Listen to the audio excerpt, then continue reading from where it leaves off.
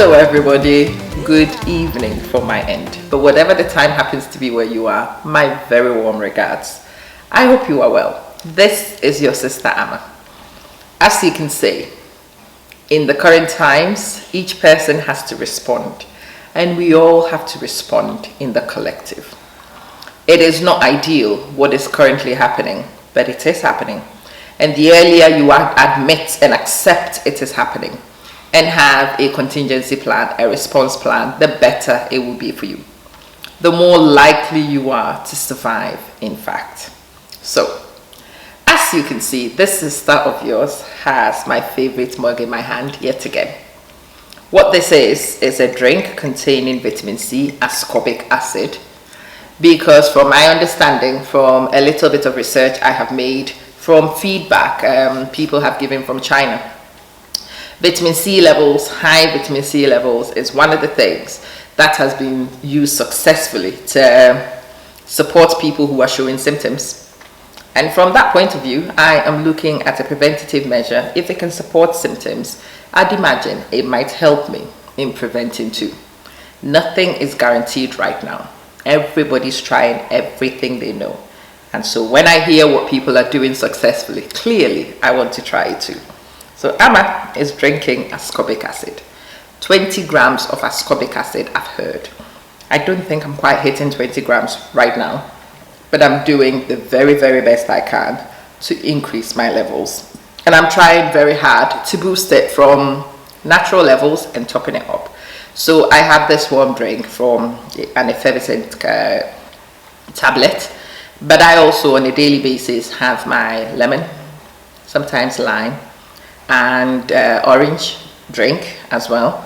Sometimes I eat the citrus themselves. I'm trying different things, different ways. It is much better from the point of view of health, that what you actually use should be natural. So if you can get it from a whole food, much better. It's much better than a synthetic supplement. If you are going to supplement, you will have to research a little bit and find supplements which are close to whole foods as possible.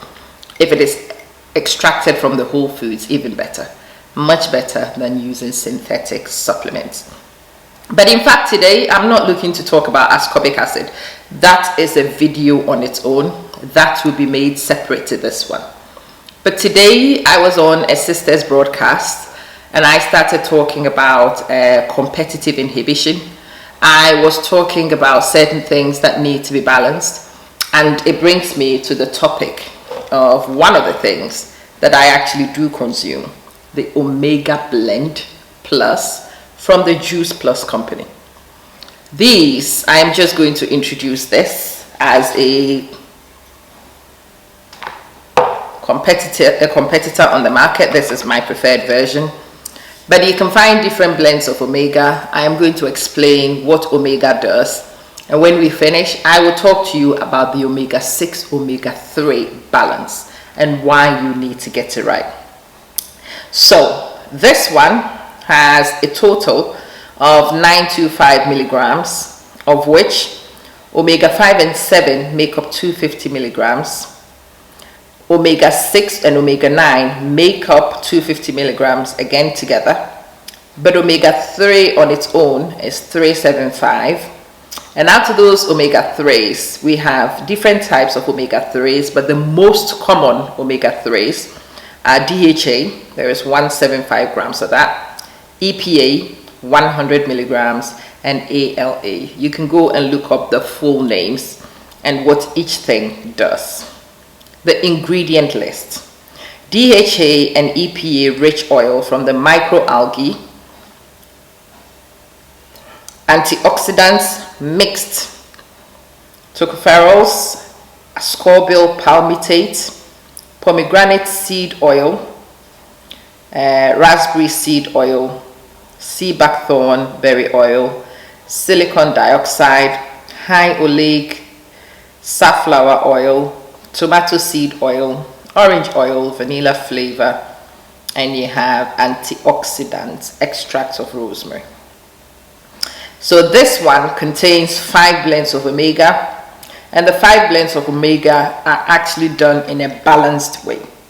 So omega 5 and 7 make up 250 mils. Omega 6 and 9 also together make up 250. So if you split it 50-50, you are anticipating 125 of the other omegas, and then 375 of just the omega-3, the 3 omega-3 fatty acids. Why do people bother taking omegas? The reason why people consume omegas is heavily researched. People talk about the benefits. I will run through a few basics of the benefits, and then we will talk about why the omega-3 and omega-6 in particular will have to be balanced. So if you go to Google and you type in benefits of omega,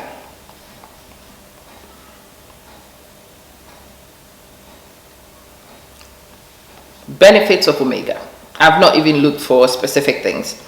Obviously, when you look up benefits of omega, one of the first things that comes up is 17 science-based benefits of omega-3 fatty acids. Is from Healthline. It talks about the reasons, 17 reasons why you should take it. Reason 1, it can fight depression and anxiety. That is good. That is definitely of interest to me. My internet is delayed. I will have to check that I'm actually on the right network. And if I happen to be on the right network, then in the times we live in right now, people report reductions in internet speeds and reliability. So I might just be a victim of that today. But let's see.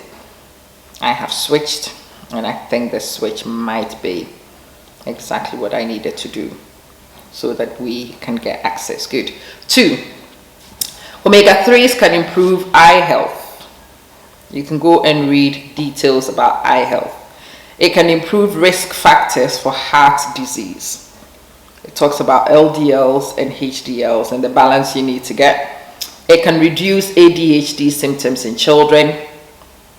It can reduce metabolic syndrome symptoms.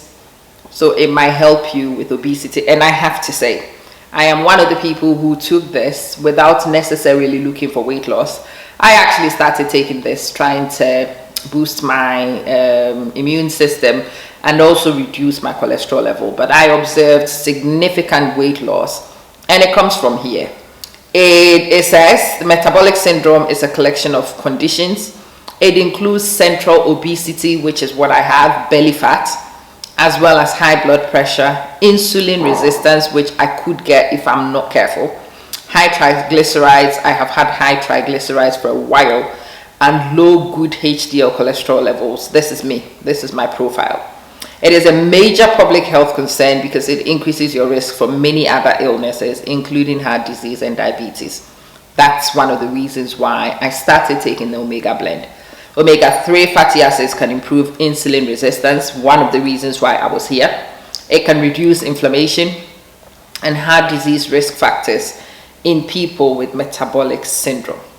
So I started doing this, and I am a living testimony of the benefits you can get in terms of increases to your metabolism. It can fight inflammation. Inflammation is one of the things I have issues with. It can help you fight autoimmune diseases. It will improve mental disorders. It will help fight age-related mental decline and Alzheimer's disease. May help prevent cancer. Can reduce asthma in children. And the minute I heard that it could reduce asthma in children, again, it made sense that people are suggesting this might help us with our current emergency, because the illness we are actually dealing with is a respiratory tract infection. And asthma is something to do with irritation of the respiratory tract, inflammation of the respiratory tract, and blockages to the respiratory tract as a result. So if this is similar in that regard, then what helps asthma might also help alleviate the symptoms of this disease as well. It may improve bone and joint health, alleviate menstrual pain, improve sleep, and yes, that is another one I have observed personally since I started trying the juice plus capsules. They are good for your skin. I mean, I don't need to advertise this. Those of you who've observed me for a while would be witnesses to this. But if you are somebody who's only just come across me recently. So as I was saying, you have to consume some omegas. But what most people don't seem to know is that the omegas have to be balanced. 2 of the omegas I am going to discuss today. So when you saw on the Juice Plus, omega-6 would be 125 if you split. Omega-3 is 375, out of which DHA alone makes 175, EPA makes 100, and ALA makes 35. The balance here is supported by science. Don't take my word for it. You go and research the benefits of each of those things and the detriments of each of those things, because they can also be detrimental. If you go to Google and you type why omega-6 can be bad, just that, why omega-6 can be bad. If you go into those things, I will pick one from Mayo Clinic. I like to go for places where things are likely to be peer reviewed. So it says omega-6 fatty acids are type of polyunsaturated fat, and it's found in vegetable oils, and a lot of us eat that. Nuts and seeds, most people consume these. I am a heavy eater of nuts and seeds, and until recently, when I started cutting back on vegetable oil consumption, I fried everything, and I fried everything using vegetable oil. That would suggest that my omega-6 levels were high, and if you look at my lipid profile, yes, they were. They clearly were. When eaten in moderation and in place of the saturated fats found in meats and dairy products, omega-6 fatty acids can be good for your heart. And the condition is when consumed in moderation, not eaten together with the saturates, when eaten in place of the saturates. Your body needs fatty acids and can make all but 2 of them, which is why they are called essential fatty acids. Linoleic acid and linoleic acids derived from foods containing omega-6 and omega-3 fatty acids respectively, which serve different functions in the body. So you can actually produce most of them. These 2 are the only ones you have to get from elsewhere because you cannot synthesize it yourself. Some of these fatty acids appear to cause inflammation, and we've said the long-term illnesses are caused by sustained inflammation. Inflammation is a response to foreign bodies, unwanted bodies in your immune system. If you've not seen my original video on the immune system, I recommend you watch it before you even continue this video. I explained that your immune system has 3 lines. There is the non-specific, and within the non-specific you have the first line, the barriers, the physical deterrents, and you have the second line of defense. And one of the key things in your second line of defense is inflammation, the inflammatory response. So usually when you have something go in the body, something which is foreign, which is unwanted, which could be detrimental, your body's response to try and remove it is under that collective term, inflammation response. As long as you keep putting in things that your body doesn't like, things that are considered foreign, that response would be the response of your immune system. If that is something which happens all the time or for prolonged periods, that's one of the reasons why a lot of the major illnesses are actually developed. Diabetes is linked to inflammation. Heart diseases are linked to inflammation. You name it, and it will have something to do with sustained inflammation. So if it is possible to keep inflammation low, then you might be increasing your chance of avoiding some of these long-term ailments anyway. But let's continue. It says some of these fatty acids appear to cause inflammation, but others seem to have an anti-inflammatory property. More research is needed to fully understand how these apparently opposing effects interact with each other and with other nutrients, and you need to understand this so that your nutrition programs can actually be fit for purpose. Until more is known, the American Heart Association recommends limiting saturated fat intake to 5 to 6% of total daily calories. Replacing saturated fats from foods such as meat, butter, cheese, and pastries with plant-based foods, plant-based omegas, that contain omega-6 fatty acids, including vegetable oils, nuts, and seeds, will help you achieve the AHA recommendations. Omega-6 in particular is built to have inflammatory responses. So too much omega-6, not enough omega-3 is where the problem comes. I'm reading something from chriscressa.com, and Chris Cressa's article is how too much omega-6 and not enough omega-3 is making us sick. He talks about, he's discussed problems humans have converting omega-3 fats from plant sources such as flax seeds and walnuts to the longer chain derivatives EPA and DHA. Since EPA and DHA are responsible for the benefits omega-3 fats provide, and since EPA and DHA are only available in significant amounts in seafood, it follows that we should be consuming seafood on a regular basis. But how much is enough? What does the research literature tell us about levels of EPA and DHA? This is one you need to read for yourself if you haven't come across before. It says the historical ratio of omega-6 to omega-3.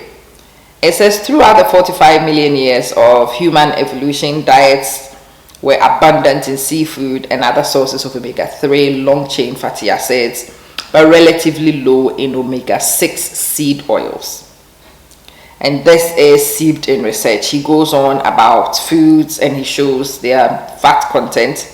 However, vegetable oil consumption has risen dramatically in the 20th century, and it has an entirely predictable effect on the omega-6 to omega-3 ratio. He talks about what happened in the 30s all up to the 80s. I'm not really looking at those facts right now. But it says, it reveals that our average intake of N6 fatty acids is between 10 and 25 times higher than evolutionary norms. And the consequences of this dramatic shift cannot be overestimated. We can clearly see the patterns of disease emergence and evolution of new ones, modifications of existing ones, and prevalence within the community linked into this change in what we consume. So it says omega-6 competes with omega-3 and vice versa. That's why I wanted to make today's video. There is that competition between these two omega fatty acids. Both omega-6 and omega-3 compete for space with each other. They compete for impact on substrates. So as you may recall from the last article, these compete for the same conversion enzymes. It means that the quantity of N6 in a diet directly affects the conversion of N3-ALA found in plant foods to long-chain EPA and DHA, which protect us from disease. And when you read it, you will understand why DHA is 175 milligrams, EPA is 100 milligrams, and ALA is only 35 milligrams of the omega-3 fatty acids. But it's these EPA and DHA which protect us from diseases. Several studies have shown that biological availability, it's the same term bioavailability that I have discussed last week, and activity of N6 fatty acids are inversely related to the concentration of N3 fatty acids in tissue. Let me explain that. So he cites the studies. If you really want that article, I will put this on my page. Those of you who are into reading text, I recommend you go and read this one because this is a deal changer for a lot of you and your nutrition. I know a lot of you are trying very hard right now to boost your immune system. A lot of you are doing funny things, crazy things, things that are not seeped in research. Those things are random, and some of those things could actually be counterproductive. This is the time to sit down, invest a few minutes, a few hours of research, really understand what is good, what is not so good, what competes with what, and what should be balanced with what should be taken together, what should not be mixed together, so that whatever you do actually might be beneficial, so that you do not become counterproductive in your quest to improve your own immune system. Right, so it says that bioavailability and the activity of N6 are inversely related to the concentration of N3. When N6 is high, your N3 conversion is low,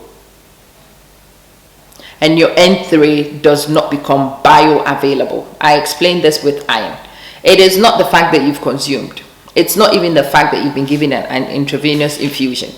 If your body simply refuses to uptake, if the nutrients are not available to your cells, it is a wasted exercise. It does not really change anything, does not improve anything. It's a waste of your money. What you want to focus on is making what you eat and consume bioavailable, so that your cells can take it. It can be used to make the enzymes you need. You can catalyze the reactions which need these enzymes, so you might see the effect you desire. All right. Studies have also shown that greater composition of EPA and DHA in membranes reduces the availability of AA for eicosanoid production. It is illustrated in a graph. I'm not even going to bore you with the graph. But since it explains a few things, the ratio of omega-6 to omega-3 matters. So does the total amount of each. I told you that for ascorbic acid, the magic number appears to be 20 milligrams. So you can consume 1 milligram of it a day, 2 milligrams of it a day. Fool yourself to think that you are actually consuming vitamin C and enough of it. But you actually do need 20. The closer you are to 20, the better for you. The more fit for purpose that program might be. So it is not just consuming things. It is how much you are actually consuming. It is whether what you are consuming is bioavailable. It is the fact that other things which are competitors are not out competing what you want to absorb. Do you understand? It is a very technical thing to do. Healthy nutrition. And it can only be done effectively from a point of knowledge. Anyway, in plain English, what this means is that the more omega-3 fat you eat, the less omega-6 will be available to the tissues to produce inflammation. Ding ding. When your omega-3s are at the right level, your body does not uptake the omega-6. And because the omega-6 has become non-bioavailable, inflammation reduces, because the omega-6 actually triggers the inflammatory response. Omega-6 is pro-inflammatory, while omega-3 is neutral. A diet with a lot of omega-6 is not much omega-3 will increase inflammation. A diet of a lot of omega-3 and not much omega-6 will reduce inflammation. And it says the big pharma are well aware of the effect of N6 on inflammation. In fact, the way over-the-counter and prescription aspirin, ibuprofen work is by reducing the formation of inflammatory compounds derived from N6 fatty acids. The same effect could be achieved by simply limiting dietary intake of N6, as we will discuss below. But of course, the drug companies don't want you to know that. Less profit for them. Healing can be achieved from nutrition. I am a firm believer of that. In order for healing to be done from a nutrition point of view, you need to start from a point of knowledge. There should be little guesswork. There should be rock solid research. You should know what you're doing. You should know how much of what to consume and what not to consume in order to get to a particular point. Anyway, it says, as we discussed in a previous article, conversion of the short chain ALA found in plant foods like flax and walnuts to DHA is extremely poor in most people. Part of the reason for that is that diets high in N6 inhibit the conversion of ALA to DHA. For example, one study demonstrated that an increase of LA consumption from 15 grams to 30 grams decreased ALA to DHA conversion by 40%. The next bit is death by vegetable oil. So the problem is actually the vegetable oil. The vegetable oil tends to be high in the omega-6s, which outcompete and inhibit the omega-3 uptake. So what are the consequences to human health if the N6-N3 ratio, that is up to 25 times higher than it should be? The short answer is elevated N6 intakes are associated with an increase in inflammatory diseases, which is to say virtually all diseases. The list includes, but not limited to, cardiovascular disease, type 2 diabetes, obesity, metabolic syndrome, irritable bowel syndrome, and inflammatory bowel disease, muscular degeneration, rheumatoid arthritis, cancer, psychiatric disorders, autoimmune disorders. Is this list not almost exhaustive of the key problems that we have? The relationship between N6 fats and cardiovascular mortality is particularly striking. So they share a chart. The chart shows a direct correlation between them. You double one, you double the other, basically. As you can see, at the top with the highest intake of N6 fats and the greatest risk of death from heart disease. Those two are directly correlated. I am not looking to make this too technical, but I need sometimes to use technicality to illustrate what we need to understand from a layman's point of view. So for those of you who found technicality difficult, let me break things down as simply as I possibly can do. 1.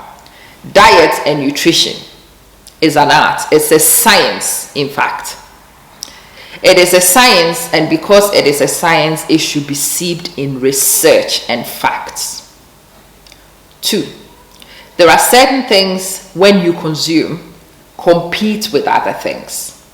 Some things are beneficial to the body, some things are detrimental to the body. And the funny thing is, the detrimental ones and the good ones tend to compete with each other. And in any competition between good things and bad things, the bad ones always seem to win. Our good cop here is omega-3. Our bad cop here is omega-6. Omega-3s tend to come from seafood, but there are people who make supplements like Juice Plus, which get it from plant algae. All right, but mostly from seafood.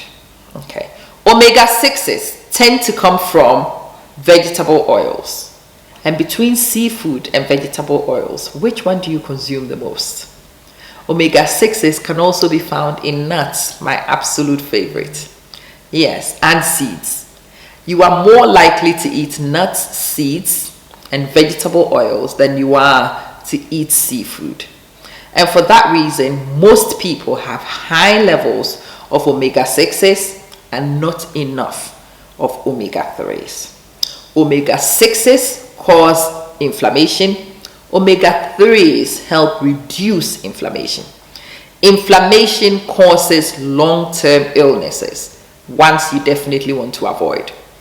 In order to avoid those things, like me trying to reduce my cholesterol levels. So I remember when I started the Juice Plus program, people were asking me, so how can you take these supplements and expect your cholesterol levels to reduce? Ding, ding, ding, ding, ding, ding, it's omega-3. But it has to be specific amounts of omega-3. It should not just be dumping in omega-3 and still dumping in omega-6 and wanting things to balance. It just doesn't work. That vegetable idea, you will have to restrict it for sure. Some of the nuts you have to be careful with how much of it you consume. It helps when you find supplements which balance them so that the advantage is actually tipped to your omega-3s and your body seems to do the rest. I am a living testimony of it. Look at my skin. Go back and have a look at my other videos. I do not have a lick of makeup on. Today, I did not even put lip gloss on. This is what I look like in my birthday suit. Yeah, not a lick of makeup. But one of the reasons why I can sit here on camera, well, I never cared anyway, but without a lick of makeup and still make you think that I have actually made up, is because my skin is glowing.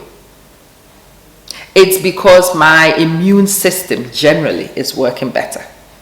Those of you who are familiar with my hair, when nutrition is going well, you can tell from the state of my hair. It's a bit bushier. It's so soft, I wish you could touch it. The other thing you can see is my nails. I'm not showing you my middle finger, but I'm showing you where my fingers seem to have nails. I am the person who eternally eats my nails. My nails break of their own volition anyway. When I am not eating well, when my nutrition is not on point, my nails don't exist. Since I started this program, I have had my nails, my hair, my skin, and every aspect of my body is responding. But the more interesting thing is this. My lipid profile has significantly transformed. For sure. The symptoms that I used to see because of the elevated cholesterol levels have also started to get under control. For sure, my metabolism has definitely improved. I am definitely consuming better. I am metabolizing better, and I am outputting better in my body generally. That is when you know that the program is actually working. That's when you know that you are winning this particular fight. In these times, knowledge transcends money. In these times, understanding is more important than anything else. If I had $1 million, I would distribute to a lot of you, but it might not even help you if your immune system goes under attack. But if I share information like this with you, if I help you work out where you might go and find it, you can find this with me. It's amamansen.juiceplus.com. I came to these as a consumer, as a client. I became so convinced, I started talking anyway, and then I became a rep. So you can clearly get it from me, amamansen.juiceplus.com. But go back and have a look at my legacy videos and see how skeptical I was. You will understand why I can sit here with pride and advocate at the moment, because I am a converted soul from living experience. If you think that you need help, go and have a look at the research. There's plenty of research out there. If you want to talk to medical personnel to get the advice, please do go talk to your medical personnel. If you think that you've understood enough and you want to try our products, go to my site, amamansen.juiceplus.com. So amamanson.juiceplus.com. Change it to your country and feel free to buy anything of your choice. But if you don't buy anything from Juice Plus, my recommendation today is make sure that their Omega blend is clearly in your cart and you are using them to support your immune system in this period. Thank you so much for watching. I do pray and hope that this has been beneficial to you somewhat. Share the video, help somebody else access the information so that more might utilize it in these very dangerous times. I pray that we are all able to remain safe, that we all receive enough information and act on the important ones, the helpful ones.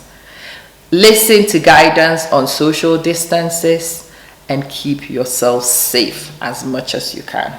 But if it's inevitable and you come in contact with a contagion, you need your immune system ready to fight to help you. And before that happens, common sense says that you take every step to try and boost your immune system. Ascorbic acid, omega-6, omega-3 blends, that's what I've decided.